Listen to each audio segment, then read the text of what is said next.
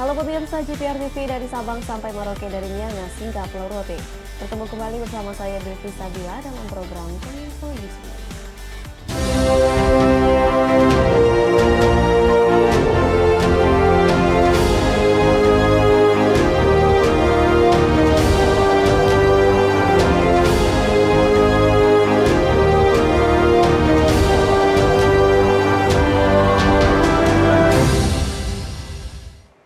Pemirsa, inilah Kominfo Newsroom selengkapnya.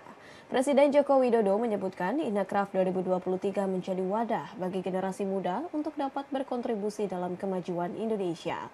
Hal tersebut disampaikan Presiden Joko Widodo ketika membuka pameran Inacraft on October 2023.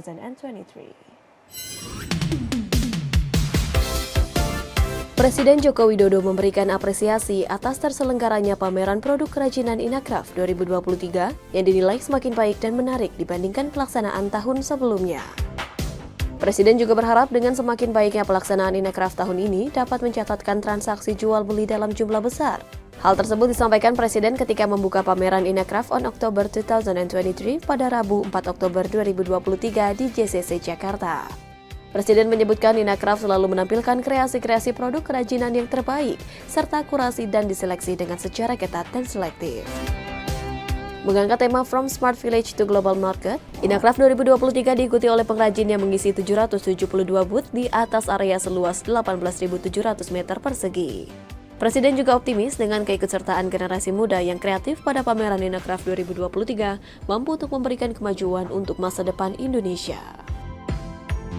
Pameran ini sekarang memberikan ruang khusus untuk anak-anak muda, youthpreneur, dan young artisan. Dengan target segmen generasi Z, Gen Z, untuk menampilkan karya-karya kreatifnya. Ini sebuah inisiatif yang baik karena potensi kreatif anak-anak muda kita sangatlah besar. Dan dengan kehadiran anak-anak muda ini, saya makin optimis bahwa negara ini akan semakin baik. Sementara itu, Wakil Presiden Ma'ruf Amin membuka secara resmi Rakornas Afirmasi Percepatan Pembangunan Daerah Tertinggal di Kota Palu, Sulawesi Tengah. Selain itu, Wapres juga mencanangkan Sulawesi Tengah menjadi negeri 1000 megalit sebagai upaya pemerintah dalam meningkatkan pembangunan pariwisata dan menarik minat kunjungan wisatawan di wilayah Sulawesi Tengah.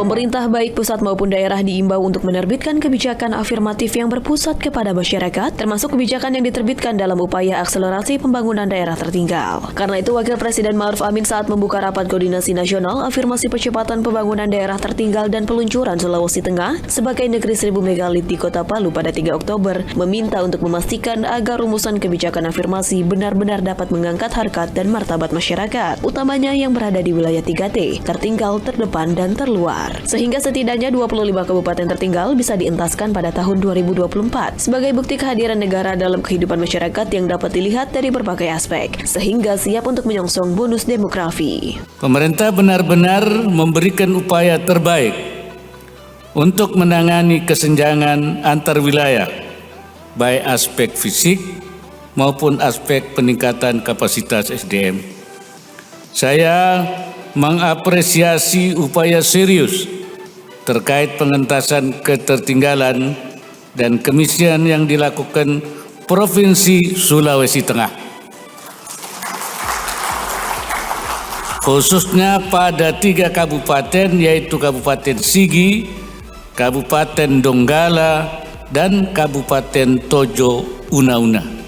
Kami juga memberikan apresiasi kepada Pak Gubernur Sulawesi Tengah atas raihan prestasi tahun 2023. Sudah tidak ada lagi desa sangat tertinggal dan tidak ada lagi daerah tertinggal di Provinsi Sulawesi Tengah. Dalam kesempatan tersebut, Wapres Ma'ruf juga mencanangkan Sulawesi Tengah sebagai negeri 1000 megalit. Pencanangan ini menjadi salah satu upaya pemerintah untuk meningkatkan kegiatan dan kunjungan wisatawan ke wilayah Sulawesi Tengah. Karena itu saya harapkan nantinya 1000 megalit ini akan menjadi wisata dunia yang milik Indonesia. Dengan upaya bersama, saya yakin jumlah kunjungan wisatawan ke Sulawesi Tengah juga akan meningkat, bahkan mampu melampaui target 2 juta kunjungan pada tahun 2023. Terkait hal itu, pariwisata berkearifan lokal perlu terus dikembangkan. Pertama, akselerasi pengembangan destinasi wisata ramah Muslim lewat pembangunan ekosistem terpadu serta didukung penyiapan SDM pariwisata yang tanggap, adaptif, dan mumpuni. Menteri Desa Pembangunan Daerah Tertinggal dan Transmigrasi Abdul Halim Iskandar optimis upaya pengentasan daerah tertinggal dapat melampaui target yang sudah ditentukan. Target pengentasan 25 daerah tertinggal tertuang dalam Rencana Pembangunan Jangka Menengah Nasional atau RPJMN tahun 2020 hingga 2024. Menteri Desa Pembangunan Daerah Tertinggal dan Transmigrasi Abdul Halim Iskandar yakin bahwa target pemerintah untuk mengentaskan 25 kabupaten tertinggal pada tahun 2024 dapat tercapai.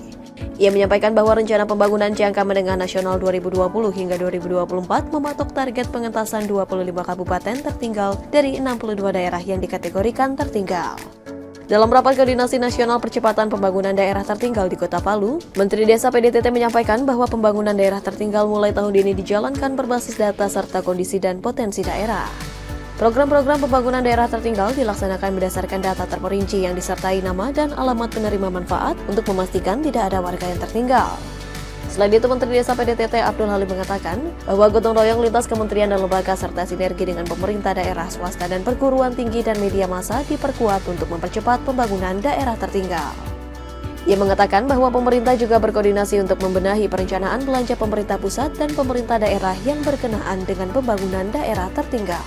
Jadi target RPJM memang 25, tapi kita akan berupaya untuk lebih dari itu.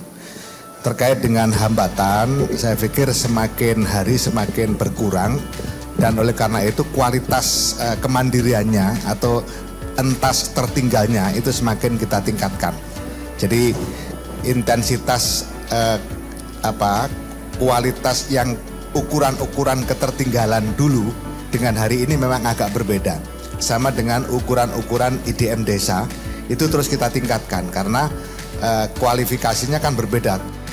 Nah, bisa saja kondisi daerah tertinggal hari ini dibanding dengan yang dulu tidak tertinggal itu sama. Bisa saja seperti itu karena memang kita naikkan terus grade-nya. Nah, itulah makanya masih tersisa 37 yang akan terus kita upayakan di RPJB kedua yang akan datang 2024-2045.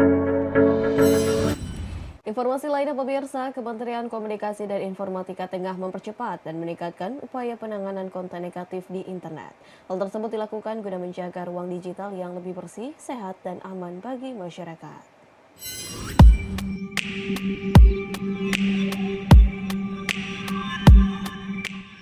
Kementerian Komunikasi dan Informatika terus berupaya meningkatkan penanganan konten negatif di internet secara masif untuk menjaga ruang digital yang lebih bersih, sehat, dan aman.